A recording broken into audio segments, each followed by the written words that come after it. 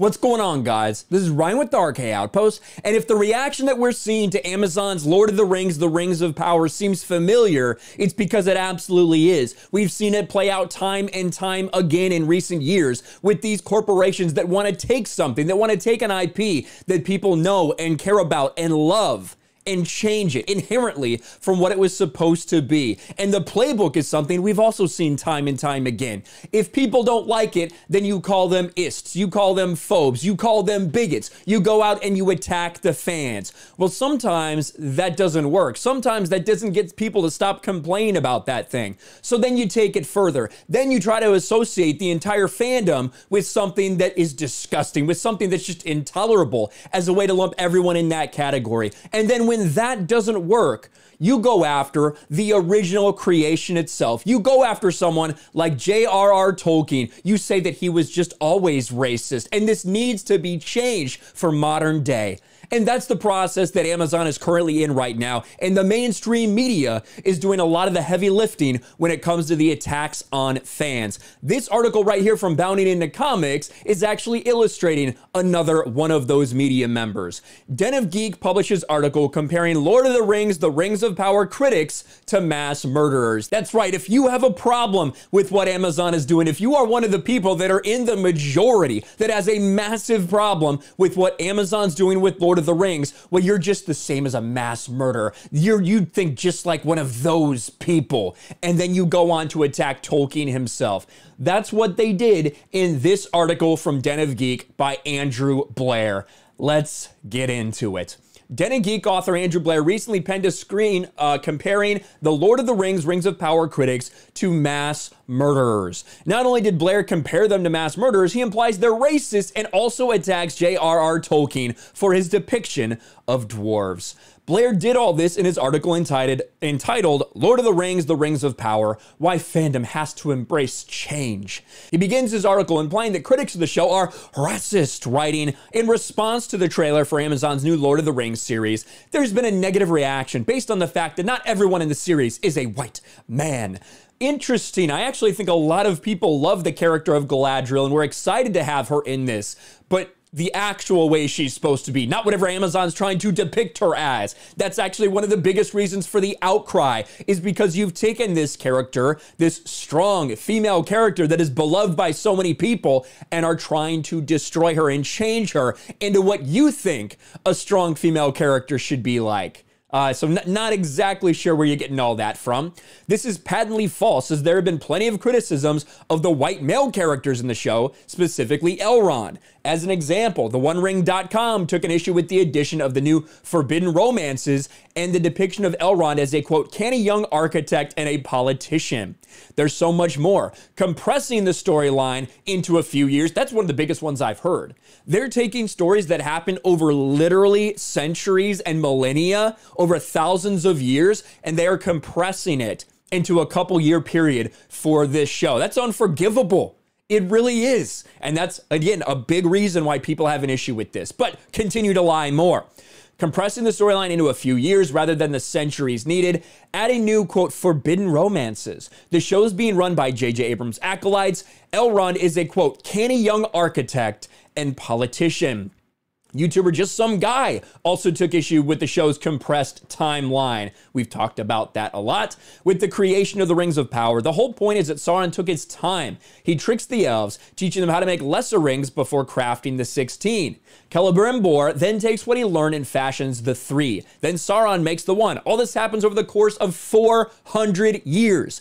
Then for another 1800 years, again, this takes place over thousands of years, the elves fight Sauron as he buddies up with the Numenorians, tricking the kings into following him. On top of this, we just talked about this, many criticisms of Galadriel are in the show. We don't really even need to talk about that anymore. We've talked about it already. So it's already crystal clear that Blair is writing his argument from a point of bad faith when he implies the critics of the show are racist.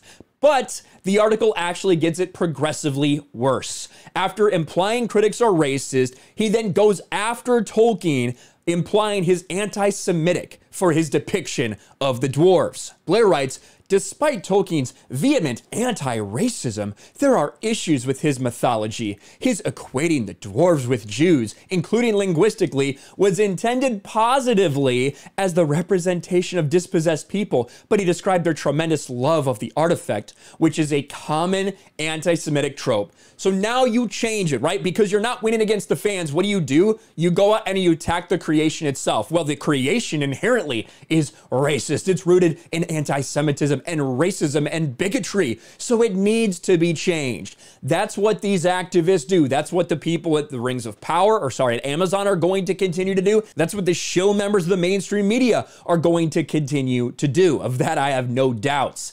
Interestingly, Blair knows he's personally attacking Tolkien, and he says some people regard pointing this out as a personal attack, an attempt to stop them from enjoying something they love. As with fandom, ignoring the negatives of something doesn't stop them from being present. But of course, this is all just a joke. Letter 81 to his son Christopher makes it very clear what Tolkien's opinions are. He writes, the Germans have just as much right to declare the Poles and Jews exterminable, vermin, subhuman, as we have to select the Germans. In other words, no right whatsoever they have done. Calling them out. But yeah, that's the dude who you want to pretend is anti-Semitic. These people are absolutely fucking disgusting. If it wasn't already clear, Blair then shows his true colors by putting his own hate on display for all to see. He says that Lord of the Rings has already been co-opted by the far right. And then he goes back to the 1970s by claiming that an Italian fascist group and a number of mass murderers are fans of the Lord of the Rings and proceeds to equate these individuals to critics of Rings of Power. Blair writes, in 1970s Italy, there were Hobbit summer camps run by a burgeoning right-wing movement who marketed themselves as not your father's fascists. Then he says fans of Tolkien include Gianluca Casseri and Anders Breivik, both racially motivated murderers. Varg Vikernes, a black metal musician, murderer, anti-Semite, and scientific racist. Finally, he connects these fascists to current criticism. Given its previous connections with fascism and the response of Peter Jackson's films, it's sadly not surprising to see the fandom engaging in culture war campaigns. How insane is that? That would be like someone who has gone to the website Den of Geek and has read this dude's articles, going out and committing a heinous crime and me saying, well, look at that. Looks like Den of Geeks readers are all mass murderers. Looks like mass murderers like Den of Geeks. What does that say about them?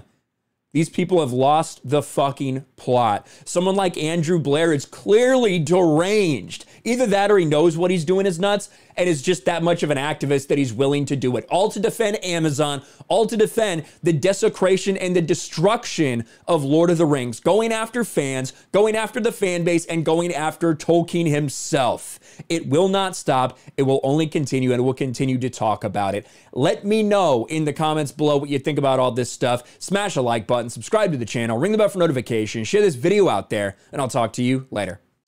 Thanks for watching, everyone, and a huge shout out to my patrons. I appreciate you guys so much. Want to follow me on Twitter or Instagram? Check out the description below. You'll find links to my P.O. box and my Patreon as well. And I'll talk to you guys later.